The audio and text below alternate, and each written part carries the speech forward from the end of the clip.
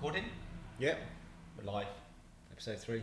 Episode 3. We're back. The modern day midlife crisis. Sooner than we expected. I think Is it going to go out? Or are we going to we'll- save it? I don't know. Should we hold it back a week? Tease the listeners. It won't really be teased because they'll only get it when they get it. Our 70 odd. Yeah. 84. 84. 84. For episode 1. 62 episode 1, 22 episode 2. Okay. So episode 1's gone up since releasing episode 2. So maybe people are just catching up. Yeah. So we're almost at the 100. Almost. Yeah. That's good. That was the target. It might have helped if I actually posted about it. At the minute, I think we're just talking. 0 social media posts. No. I've posted just to let everyone know that episode 2 was out. I think that's as far as it went. Yeah, I didn't. But sorry. I haven't posted any snippets or little video clips that you've obviously done the editing for and I just haven't utilised. Is there a time limit on like a reel? 90 seconds. It was 90 seconds at one Okay. point, but I think this might be 3 minutes now, Right. possibly. Yeah. I've got no idea. Work in process. It's evolving. Yes, yeah, quite. Yeah. So But I think because we're just doing this on the side, though, as a midlife crisis moment, yeah. midlife chrysalis, Chrysalis. it's difficult to fit all these things in, True. and we do have to remember that we do have to pay bills We've got to pay and bills. things like that. Well, it's worked out well for me today because it's like I've got you to come and pay my bills by having you sports massage, and then we'll do that. Yeah. And then we'll do the podcast. So Are you doing anything else today? today I've got to go to the gym. Obviously that's very important. Yeah. And then I have got another couple of clients this evening, 6 o'clock and 7 o'clock, so a bit of a late evening, but that's okay. It's just the way it is sometimes. It is. You know? Yes. Fill the hours in the day with what I want to do and then work in the evenings if needs be. So But it's like what I was saying earlier on. We're quite fortunate in that train. that's a train for anyone listening. And we're quite fortunate in that we can flex our days and fill our days how we like. Yeah, definitely. With one eye on paying the bills and then another eye on doing things that we enjoy. Yeah, for sure. Which is obviously quite important. Yeah. To have that balance and be able to pursue those things that others might see as a midlife crisis. True. And again, I think in terms of, you mentioned obviously that it's fortunate that we have that time, but I think it's important to remember that we both sort of made decisions in our lives that have got us to this point that allow us to do this. Yep. Like we mentioned, you know, my early midlife crisis came when I was like 28, 29, and I left the job, secure job in recruitment to go self-employed. And that decision has now enabled me to get to a point where essentially I can pick and choose my hours to work. So that might be something that someone in their midlife crisis is looking to achieve.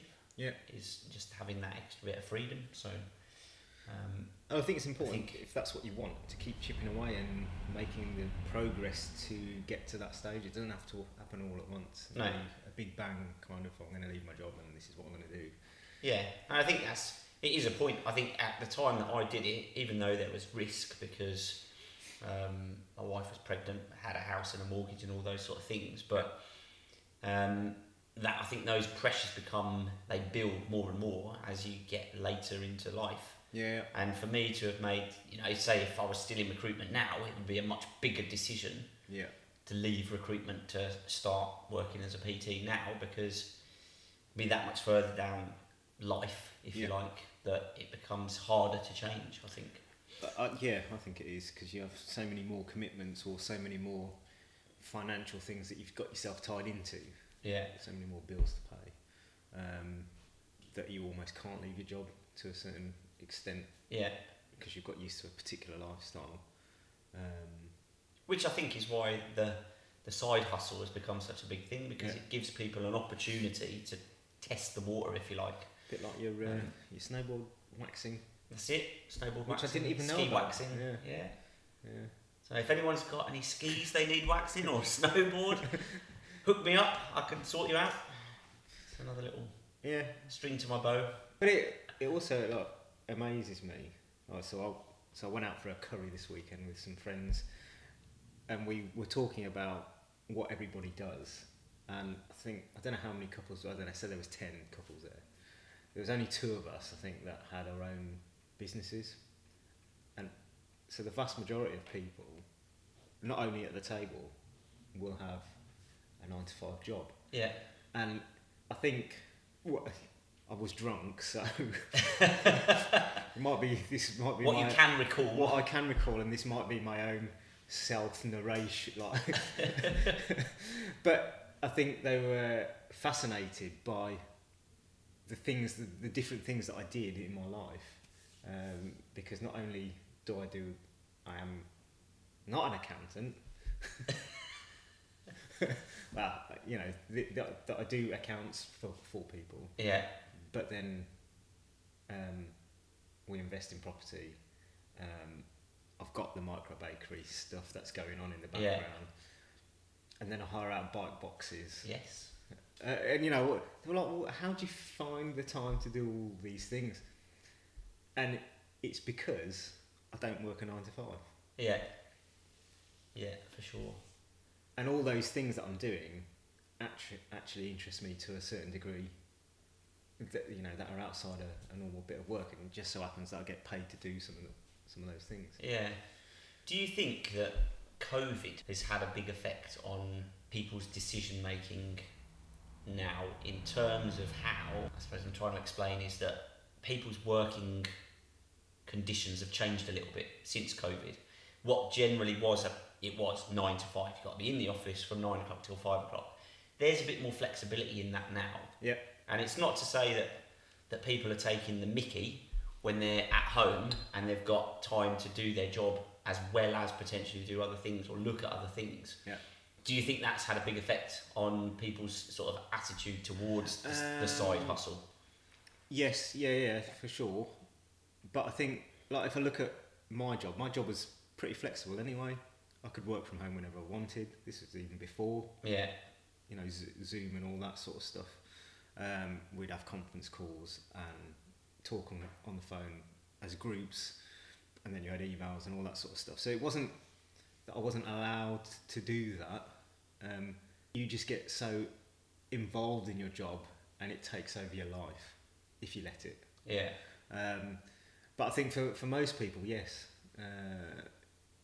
it's just the flexibility and, you know, the being at home and having the time to think. You know, when you go to an office, you've got all your work colleagues, and you're in the environment where you're talking about that particular business, your job. Yeah. And then you've got people coming to your desk, or you've got meetings, or, you know, stuff. Do that. When you're at home, I think your mind wanders a little bit more. Mine certainly does. Yeah. And you know, you might see something on the telly, or you might see something on your phone if you're just having a quick 5 minutes. Yeah. And then you go off and search it up on the internet or whatever. Yeah. Because I think that's, I suppose the point I was making with the COVID thing is that with that increased flexibility, that now there is opportunity, or more opportunity certainly, I think, for people to work from home and have a bit more flexibility in working conditions, is that when you are at home, you're in that space that's comfortable to you. Yeah. And I think what people are now thinking is, so when they're working from home, they're like, well, how can I make it so that this is the norm? Yeah. That I don't have to go into the office 3 days a week even, that I can just be working from home all the time and have the freedom of doing the work when I want to, rather than feeling like I have to, because I'm in the office, I've got someone breathing down my neck to tell me this is what they need and when they need it. Yeah.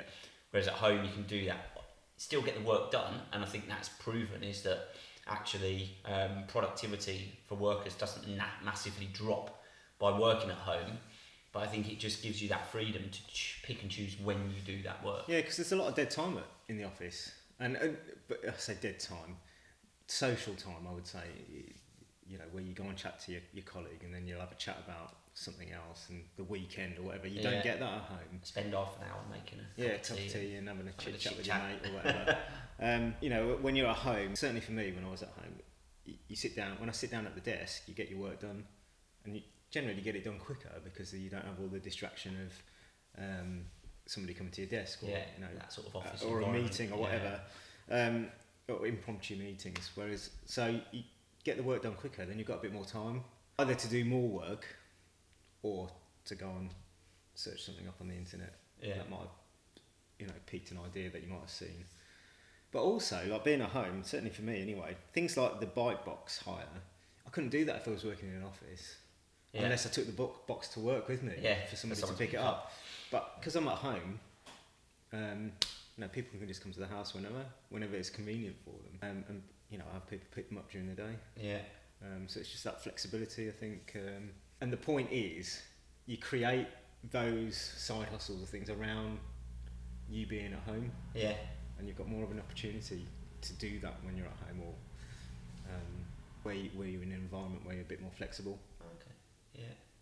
It's also good for Amazon deliveries. Yeah. Yeah, it is. Yeah. You can, particularly generally in to pick up your Amazon delivery. Particularly this time of the year. It just being left on the doorstep. Yeah, particularly this time of the year. Yeah. So okay. So we discussed earlier that we thought we would make it topical in relation to us coming up to Christmas and New Year. Yep. I obviously mentioned that I think health, particularly around this time, is something that people focus on. Yeah. Either how bad their health is because of the amount of cakes and drinking nights that they go out on over the festive period. Was that a little dig? Not a dig. Not a dig. You did mention that you had a few beers on the weekend, but that sort of thing, it happens a lot more through December and into the early part of the new year. Is that there's Christmas parties going on, you get invited to people's friends' houses, those sort of things, and there's generally less of a healthy consumption in terms of food and drink at those sort of occasions. Yes. Yeah. And I think that's they're certainly more aware of it at this time of year as well. And that sort of triggers people's understanding of where they're at with their health at the moment. Yeah. And people are either feeling guilty because they're going out and drinking more, they're eating more, and they're thinking, well, what am I going to do about it? Yeah. Or I think as well, you always compare like how you maybe felt last year at this sort of stage, Did I have the same attitude that I was going to be able to eat and drink whatever I liked, so that in the new year I was going to kickstart back into some sort of fitness regime or something and be okay with it? Or do I feel like this year, January's looking too busy already, so I can't make those decisions, and I've maybe got to be a bit more careful when I'm out about what I'm eating and drinking, because I'm not going to be able to roll back into January with that new start, if you like, of getting fit and healthy. And that obviously in our age can be taken to the extreme in terms of a midlife crisis, if you like. I particularly in the health side of things. Where have I gone? Oh, you've disappeared. Maybe it's voice activated as well. No, I think it's just back. Left back too far. Yeah. Sorry, we just lost Rishi on the video. And for me, I think it's a great thing that people worry about their health at Christmas, because for the majority of people, people can definitely be healthier in their choices that they make, and how they sort of improve their lifestyle and longevity in the future. So I don't see it as a crisis. It's almost a little bit frustrating for me to see how many new faces there are in the gym January, February, and then they disappear gradually over the year, and you kind of think, well, if you just stuck at it a bit longer, that might become a real good improvement for your overall health, lifestyle, and all those sort of things. But that was the kind of point that we made, is that around this sort of time of year, with it being Christmas and those extra commitments or occasions when you go out, kind of triggers those sort of thoughts about. I think as well, because you're getting towards the end of a year and the start of a new year, you start to think about the year gone by.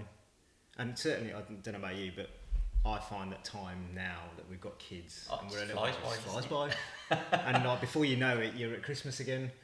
And then all those things that you wanted to do at the start of the year, perhaps you've done one or two of them, but like you say, you started the gym. Some people, they start the gym and then it all fizzles out by sort of February, March time. Yeah. And you start to feel a little bit disappointed with yourself, or you start to think about doing that again. And I think it's perhaps Christmas and end of the year is a natural time, and that's where we've got New Year's resolutions from and all that sort of stuff. But how do you, for example, stick to a healthy regime or a gym regime? Like you say, I think consistency is one thing, and doing small things at a time. Yeah, and I think it's become, for me, well, I mean, I suppose I'm quite fortunate in terms of the health aspect of things, that I've never really got to a stage where I've been really unhealthy other than through illness, which was caused by like long COVID when I had that.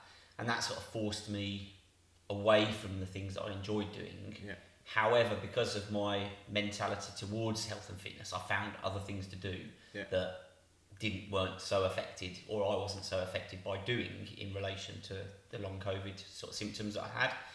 And I think it's one of those things that you just get, like you say, it becomes a habit, and you just get used to doing. And I think that's why with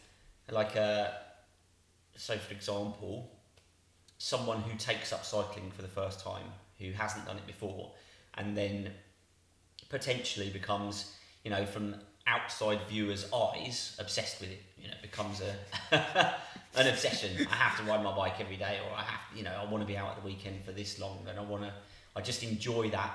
And I think cycling is potentially a lot easier to not fall into that trap, because it's not a trap. It's something that's generally good for your health, than going to the gym, because it's that little bit more accessible. One, you make a fairly big commitment usually in terms of buying a bike. Yeah. Even if you're buying a relatively cheap bike, it's still a decent investment. Yeah. And that then can be the catalyst to, I think if everyone had to pay for their full membership for a gym up front, more people would stick at it. Do you reckon? But I think because it's a monthly thing, you can just go, there's always I'll just sign up for 3 months, which I'm sure is like a very popular thing at the start of the year, because people go, well, I'll try it for 3 months. Yeah. And then you've always got an out then, because when your membership runs out at 3 months, you can go, it's going to cost me this much money. Yeah, and I suppose it's a relatively low barrier to, entry. Like every month it's 30, 40 quid. Yeah. It's not a massive amount. So you perhaps mentally don't think about it as being a massive investment. It's only 30 quid for this month. If I don't use it, well, it's 30 quid or 40 quid or whatever. Yeah. It's not £400. Well, that's it. Yeah. And I think if you paid that, you've always got that on your mind. Well, I've already paid £500 for the rest of the year. I might as well go. Yeah, yeah. And even those might as well go times, even if it's not as regularly, it's better than, it's got to 3 months, so I'm not going to carry it on because I'm not using it enough. Yeah. So, I think certainly particularly with the health and fitness side of things, I think what becomes a midlife crisis as opposed to someone just slightly changing something in terms of their health and fitness can be affected by the decision that they make in terms of what it is that they're doing. But I think, so we'll talk about cycling because you brought it up. Okay. Well, it's relevant in conversations that we have. So it's my favourite topic. But I think probably people looking into my life, certainly, 10 years ago or whatever, whenever I started cycling again seriously, they probably did think it was a bit of a. My mum still thinks it's a crisis. I ride my bike too much. But my response to her always is there are far worse things that I could be doing. Oh, for sure. And being obsessed about than riding my bicycle. Yeah. And that's what you've got to remember with things that you want to pursue. If you're enjoying it, why not do it? Yeah. If it makes you feel good, why not do it? Because it's better than, the caveat being drinking, drugs and all the bad stuff. But, it's better to be obsessing about those things than going out and getting shit-faced every weekend. Yeah, for sure. And again, I think that's why when people realise that doing that every weekend makes you feel pretty crap. Yeah. You know, at the end of Christmas, everyone's like, "Oh, I've had enough." Yeah. You know, I've eaten too much, or I've Yeah. drank too much, and all of those sort of natural feelings that you get, kind of is the catalyst into the new year to go, well, I'm going to do something about it. Yeah. I think, and so that's you make a good point. Is that it's almost because of the way that December is, and I suppose the way society is around Christmas. Yeah. It kind of conditions you to then do what you've got to do in January to make that change. Yeah.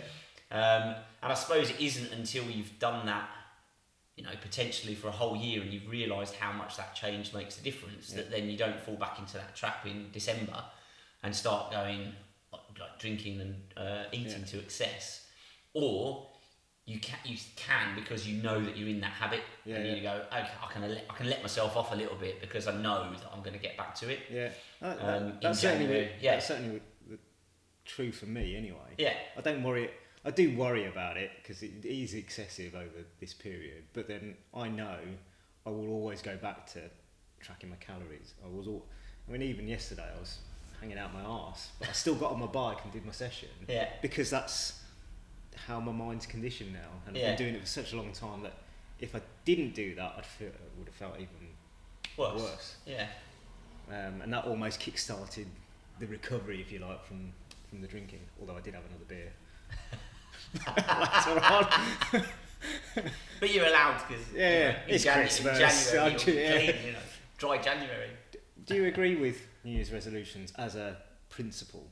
Because I'm not sure whether I do. I think they're a good thing. No, that's a good question. I've not been asked that before. I think yes. I think they're good in principle. Yeah. But I think maybe there's. Oh, you've gone out of the picture again. Oh. I'm back. I think maybe it's almost too easy, particularly when you've got to our age, to look back and go, well, I made that as a New Year's resolution, that one didn't happen, so I'll give this one a go. Yeah. And if it doesn't work, then move on to the next one. Yeah. So it's not. I don't think it's as concrete as potentially. So having a goal, for example, is different to a New Year's resolution. Yeah. Or I think it is. I think New Year's resolutions can be a bit fluffy, unless they're targeted towards a goal, perhaps. Yeah. So I think they're good in that it gets people thinking. Yeah. But I also think that most people are comfortable with it not happening. Yeah, I think so. I think you're right. But I the reason why I don't agree with them is because I think a year for those sorts of things is too long a period. I would almost have monthly resolutions where you're making progress towards something. So the New Year's resolution is your overarching goal, if you like, right? And what you're going to do every month to progress towards that. Okay. And it might be your side hustle, or it might be getting healthier. But rather than saying I'm going to get healthy for the whole year, what am I going to do each month to become healthier? Yeah. And that's it, because it's too big a thing. Health. You could say, well, that's you might want to lose weight, or you might want to be stronger. You might want to be able to run 10k if you can't run 1k at the moment. Yeah. And so it's definitely. You're not. That's a good point. You're not going to bench press 100 kilos straight off the bat. So you might You might want to do that by the end of the year. Yeah. But then what you're gonna go up in 5 kilo increments every month or whatever. Yeah. To try and get to that target. And that, for me anyway, it's about building that consistency and getting into the habit of doing something little and often towards that main goal. That might be your side hustle or getting healthier. Yeah. No, I see that. That's a good point. I think with that, in turn, I think people's expectations of a New Year resolution is almost too high. Yeah. I think that's why the fact, which is why most people why they fail. I'm not going to eat chocolate or something like that. It's like, well, you probably are. Yeah. And then when you have, you'll just go, oh well, I've had some now. Yeah. I'll stop. I'll stop for the year and just go. And I suppose like if you said, okay, I'm only going to have 5 chocolate bars in January, then in February I'm going to have 4 chocolate bars, and then you just reduce it down gradually. And even if you have 3 a month, you're supposed to have 2 or whatever, it's still less than if you just ate them as you normally would. Yeah. So And I think that to the point of having a midlife crisis, it's not concentrated on that particular point in time. You know, at the start of the year, it's something that you work on over time. Yeah. So like the health thing, you work on it. You've got to be working on it for your whole life. Yeah, I suppose you almost made the point there without accidentally knowing it. I think is that you call it it's the midlife crisis, so it doesn't just happen in 1 year. Yeah. You can't have it as a New Year resolution and go It's right. over a period. This is the thing that I'm going to change. That's going to change my whole life. It's Yeah. not. It won't happen in 12 months unless for some reason everything falls into place. Yeah. But the likelihood of that is very small. Yeah. And that's it. It's a period of of life that it takes to make those adaptations and change. And that, again, in relation to my sort of personal story, is that when I started as a PT, I had at no point assumed that I was going to be doing sports therapy and massage now. And that's just evolved over time. But within that time that I've worked, from being a PT and still do PT, but to where the majority of my business is now the sports therapy, is that from being a PT, I've learned what interests me most, who I want to work with, how I realise, the benefits of, it's great being a PT, but if your client gets injured, then what do? You have to hand that over to someone else. Yeah. And when I saw what that person does, I was like, well, that really interests me. Yeah. So I'd like to be that person as well as the PT. And it's evolved to be what it is, I suppose, and that it takes time. And to the word it evolved there. I mean, we talked about the midlife chrysalis last week. That's evolution of going from your caterpillar to your butterfly. Yeah. And I think it's important that you keep testing different things that you're interested in, and something will really pique your interest. And if hobbies come and go. And you do little things here, but there might be that one thing that sticks, and you're really interested in it, and you think you can make a business out of it, or you might be able to replace your main income with something that you're actually really interested in doing. So it's experimentation and consistently doing something to better yourself. That might, whether people think that's a midlife crisis. Yeah, and I think we touched on it again last week, is that I think it's finding things, particularly at our age now, when you do kind of go, okay, well, I'm potentially halfway through life.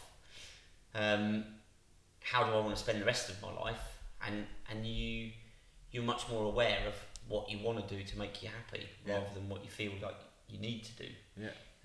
And that's the point, I think, is that you've got to try things out, because you can't necessarily go, well, in my head, if I do that, I'm going to be happy, because the realism, or it might be that actually you're not as happy as you think you would be doing that. Yeah. Like for example, you with your micro bakery, is if it gets to a point where it becomes a job. Yeah.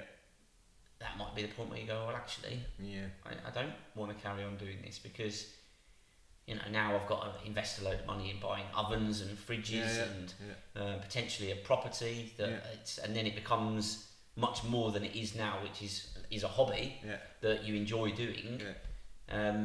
Do you want it to become that bigger thing that it potentially could become, or are you just happy with?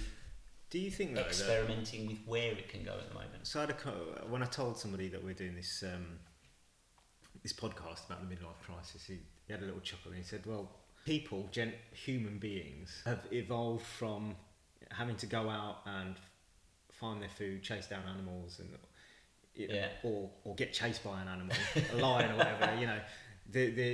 Those were the crises. When humans were evolving, and now we've got comfortable lifestyles. We don't get chased by a lion or a bear or things like that. And do you think that? I think it's probably right that depending on who the type of person you are, a midlife crisis is almost something that you put a challenge in a way to kind of, you intentionally put a crisis into your life to have to solve. Okay. So I see what you're saying. So it's like it's almost like in human nature to need something to be slightly fearful of. So your question about me opening a premises or having a bigger business, I think I would still pursue that rather than accounting because I'm bored of accounting. Yeah. But also because it's quite challenging. It's completely different to what I've been doing, and actually I'm quite enjoying trying to work those things out. Okay. Yeah. But a bit like us with technology. yeah, quite. And my camera. Yeah. On/off camera. Yeah. But you still didn't put the light on your thing. Yeah, I've even got it the right way around today. Next one we'll have it the right way and the light on. 1% better every time. Yeah. But I think that you almost, well, certainly me anyway, I throw myself into, I've got to be challenged by something all the time, and accounting almost, I can do it with my eyes shut. Yeah.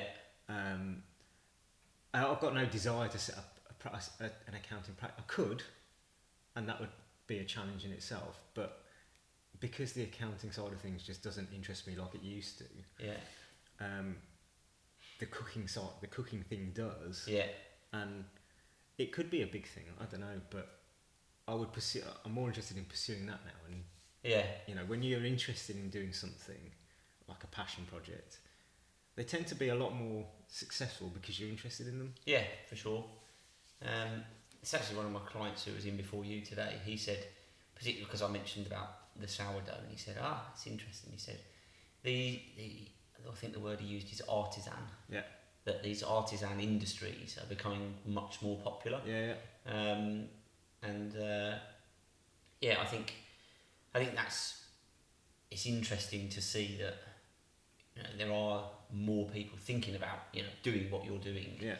Which again makes it more of a challenge, I suppose, to stand out from someone else who, you know, potentially the next village down might go, oh, I've heard there's someone making a little bit of extra cash in their village by doing this. I'll do the same. And then it's like, well, how do you know, differentiate yourselves from them? Yeah. And I think a lot of that is,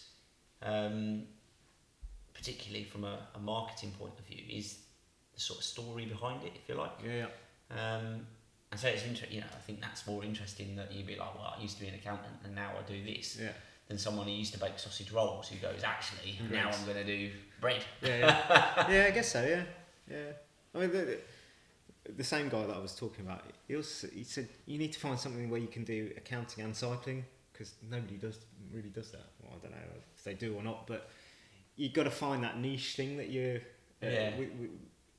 that appeals to, that comes from your background. Could there be some sort of the Zwift accountant, and you could set up a page that, whilst you're cycling around, you could discuss people's accounts issues with them and solve problems. There was a guy that started a cycling networking group, which I thought was a good idea. I don't know whether it ever happened to Took off, yeah. But occasionally I will meet one of my financial advisor. He's a cyclist, and so we'll go out and we'll go for a bike ride and we'll have a chit chat and talk about, have our annual finance planning meeting on the bike, and then go and eat some cake. Sounds good. Yeah, I like it. I think it's interesting how much more you sort of think about other options when you get to this sort of stage in life, and one of them, or you reflect on things that you've done as well. Yeah. And you obviously mentioned about sort of new challenges and things, and the bread is a new challenge for you, and I suppose relevant to that in my sort of life is that I've started doing high rocks. Yeah. And it's a new challenge to me. Yeah. And for me, it's interesting because I go into it with expectations on myself from previous performances in other sports. So not necessarily, I haven't really done anything similar to high rocks before, or before I started it. But I had an expectation on my fitness levels of what I should potentially be able to do by doing high rocks. Yeah. And it's been quite interesting to, I've done 3 now, to see how actually by doing it, I definitely have to navigate it a different way to how I thought I would. It might be a good idea to explain what high rocks is and actually what your background is as a sports person and athlete. And how it compares to what high rocks actually is. So my main sort of athletic-y or sporting background is through triathlon. That's what I've sort of did for the last 15 years really. sort of coincided with leaving my job. Yeah. Okay.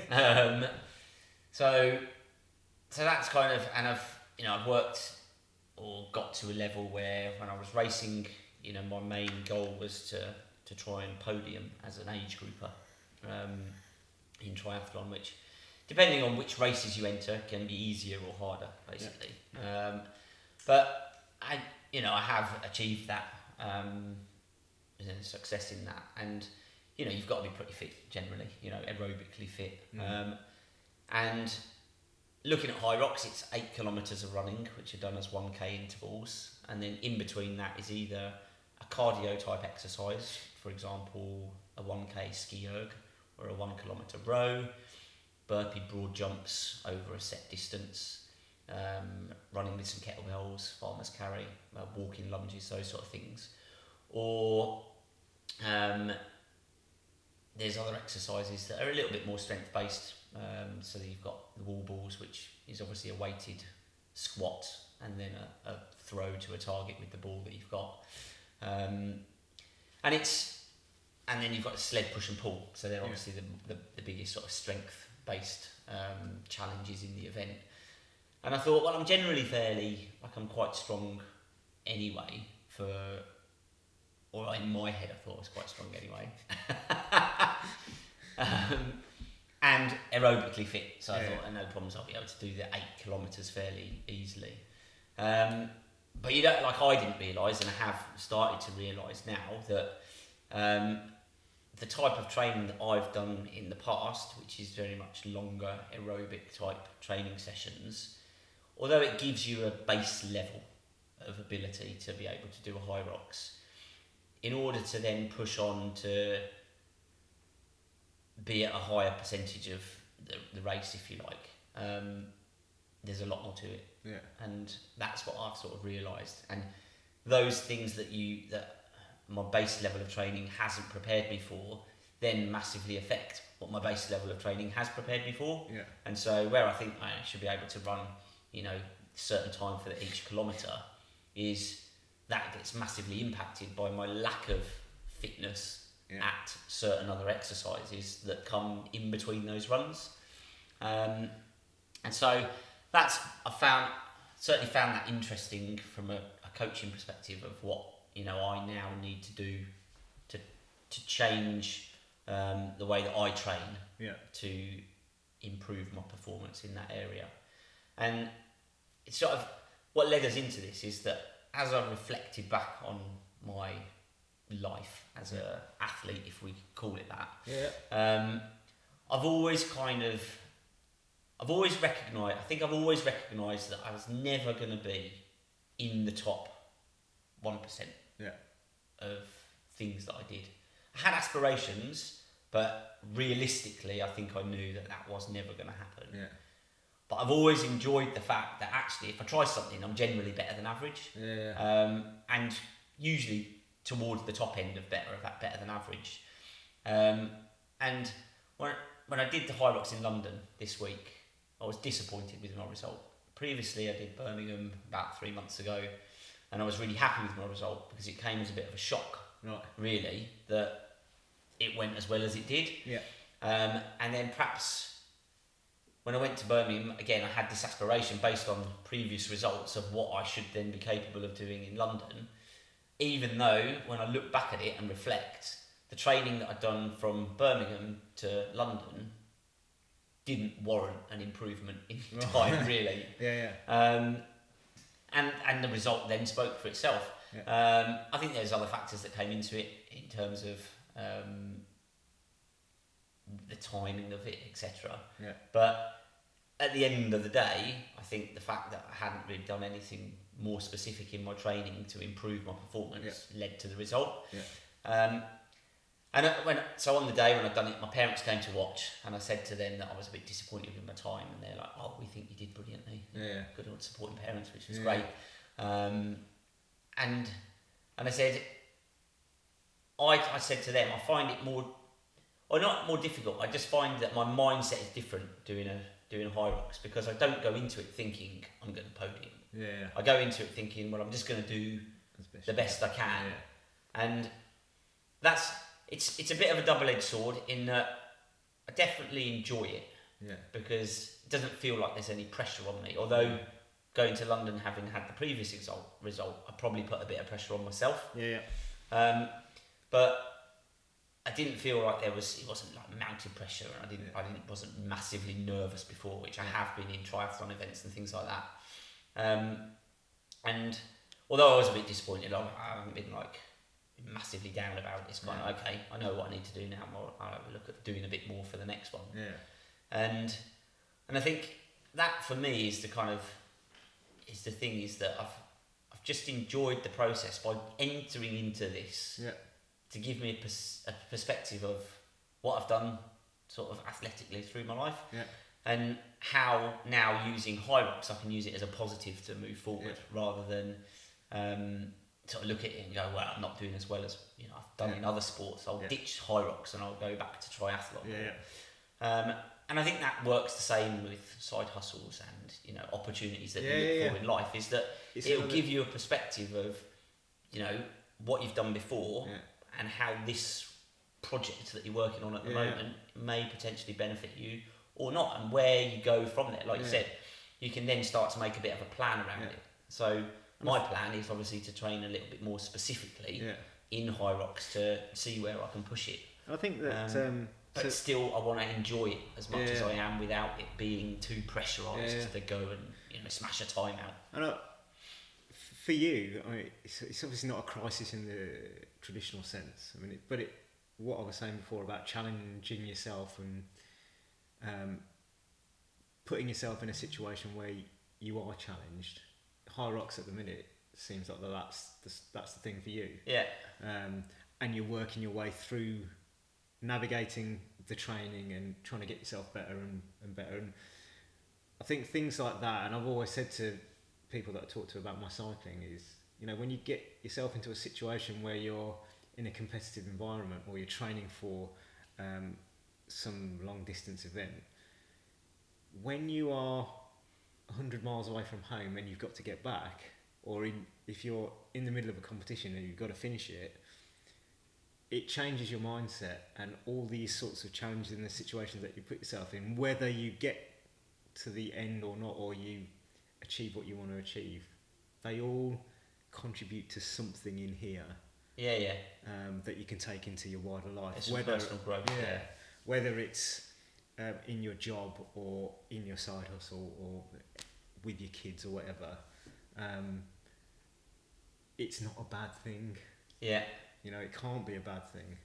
And whether people think you're going through a midlife crisis or not, it doesn't matter. That's their opinion anyway, isn't it? So. But I think it's probably time to wrap up at that point, because I think we've gone over our probably just over half an hour. Okay. Standard time. Standard That's what time. we're looking for. But I think that was quite a good. I think so hopefully it will give people something to think about over the next month or so as we go through that Christmas period, and particularly if you're thinking about setting New Year's resolutions. Not set them too high. Maybe just a bit more thought into them than lose weight or get fitter. They're just a bit vague, aren't they? And to have a bit more of a plan around like how you're going to achieve those goals, and try and break it down into shorter time periods. I think. I think so. Cool. Right. Nice. I'll have to think of something else to talk about next time. Also, if we're not back before Christmas and New Year, have a happy Christmas, everybody. And we'll see you in 2026. Enjoy yourselves. Not too much. Wow. Actually. Just enjoy yourselves. Enjoy yourselves. As long as you know you're going to do something about it, then it's all right. It's Christmas. But we might still do one before Christmas if we can squeeze it in. Perhaps, I don't know. Possibly. See how we go. All right then. Right. See you next time. Thanks for listening. Bye. Bye.